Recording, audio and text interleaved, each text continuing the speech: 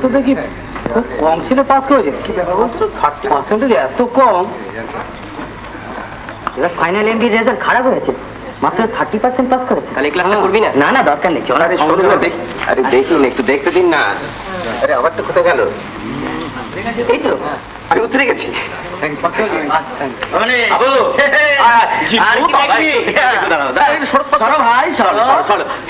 কোথায়? এই যে নাম আছে? এই যে দাঁড়া, খুঁজি হ্যাঁ, খুঁজি নেই, খুঁজি খুঁজি। তুই পাস করেছিস? হ্যাঁ। পরের বার তুই করবি। করেছিস? আমি পাস করিনি। কি রে, কি হলো বাবা? হ্যাঁ বাবা। এই দেখ, মুসে পড়লি কেন? না মুসে পড়িনি, ব্যাপারটা হচ্ছে যে আমাকে বোধহয় এবার সার্জারিতেই থাকতে হবে। আর আমার তো কোনো চান্সই নেই। এ নিয়ে 3 বার গেল। আরে হেবো, হ্যাঁ তো ফেল করে একটু লজ্জাও করে না? লজ্জা? লজ্জা তোমায় দেখে লজ্জা পেয়েছে, তাই এমন তারা বলে নীলাজ কালীর ভক্ত হয়েছে। লজ্জা তোমায় দেখে লজ্জা পেয়েছে। অগ্নিশ্বর মেডিসিনের রেকর্ড মার্কস থেকে ফার্স্ট হয়েছে। আচ্ছা তাই নাকি? Definitely he is a brilliant boy, কিন্তু বড় দাম্ভিক। বাট হি ডিজার্ভস ইট।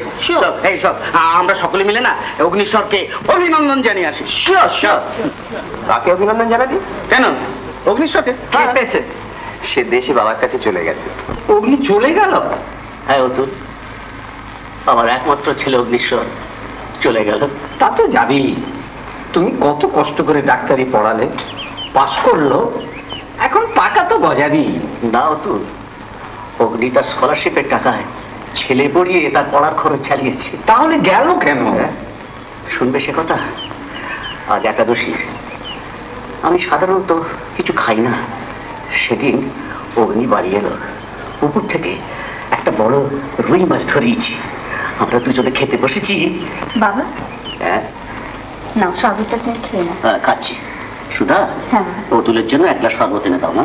দিচ্ছে দিচ্ছে। তারপর হ্যাঁ অগ্নি সুধাকে জিজ্ঞেস করলো, তুই কোন খাবি?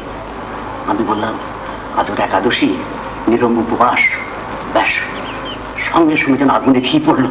বললে, বাবা আমরা মজা করে মাছের মূল্য চিবুতে চিবুতে ভাত গিলবো আর উপোস করে বসে থাকবে।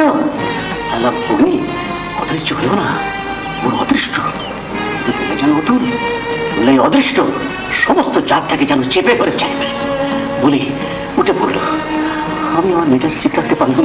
তারপর বললে, সুধা আবার দিয়ে দাও, তাতে এই বাড়িতে আমি জলস্পর্শ করবো না।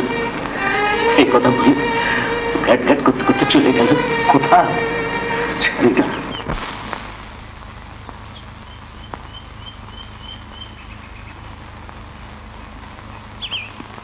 সালাম ডক্টর ঘোষাল। সালাম ডক্টর লতিফ। কাহা চলে? এই দেখুন না, আমার বিরুদ্ধে ওপরওয়ালার কাছে পিটিশন দিয়ে আমার ট্রান্সফারের ব্যবস্থা করেছে। आपको ट्रांसफर किया? ये तो ताज्जुब की बात है। আমিও তো অবাক হয়ে গেছি। যাই দেখি ডিটিএস অফিসে যে কে আমার অনিষ্ট করলে। ओ, আচ্ছা চলি। সালাম। आधा টিটিএস কে দিয়ে স্যাংশন করিয়ে নিয়ে এসেছি। গুড। 60-40। 60 কে তুমি না আমি? আমি সেই কাজটা তো আমি বার করে নিয়ে এসেছি স্যার, আর বিলটা তো আমি পাস করাবো। ওটা 50-50 করো। বেশ, তাই হবে। সবিশুদ্ধা, আমাদের কথা একটু ভেবো। আরে হবে হবে, একেবারে একটা কাজ হবে, আমরা কিছু পাবো না। পাবে পাবে। আরে এখন সবে তো এসো, কাঁটাল হোক তারপর গোপে তেল দিও। আচ্ছা সর্বেশ্বর বাবু, বলুন। আমি কি অপরাধ করেছি যে আপনারা আমার বিরুদ্ধে ওপরওয়ালার কাছে পিটিশন করেছেন? আরে কি করছেন সেটা তো আপনি জানেন মশাই। আমার স্ত্রী সপ্তম সন্তান প্রসব করার পর অত্যন্ত দুর্বল হয়ে পড়ে। কম্পাউন্ডারের কাছে গিয়ে ফাইনাল গ্যালেসিয়া চাইলাম। সে বলে সমস্ত ওষুধ ডাক্তারের প্রেসক্রিপশন ছাড়া দেওয়া হবে না। কিন্তু আপনি তো হাসপাতাল থেকে প্রায় নানান অজুহাতে ব্যান্ডি, রেকটিফাইড স্পিরিট এসব নিয়ে যান।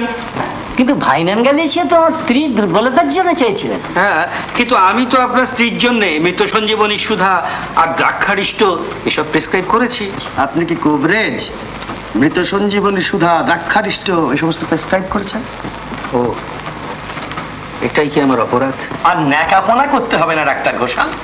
আমি বললাম হসপিটাল বিল্ডিংটার একটা থরো রিপেয়ার দরকার, আর আপনি কিনা বাধা দিলেন। না, আমি বিল্ডিংটার যে কন্ডিশন দেখলাম তাতে মনে হলো আরো 1 বছর রিপেয়ার। আরে মশাই, আমি একটা ইঞ্জিনিয়ার, বিল্ডিং এর কন্ডিশন আপনার চেয়ে আমি বেশি বুঝি।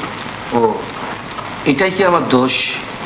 আমি কি আপনাদের জন্য কিছুই করিনি, কোনো উপকারই করিনি? আরে মনে হয় যেই আসবে সেই করবে। এই যে অগ্নিশ্বর মুখুজ্জি আসছে, সেও করবে। তার বাবা ঘাড় করবে।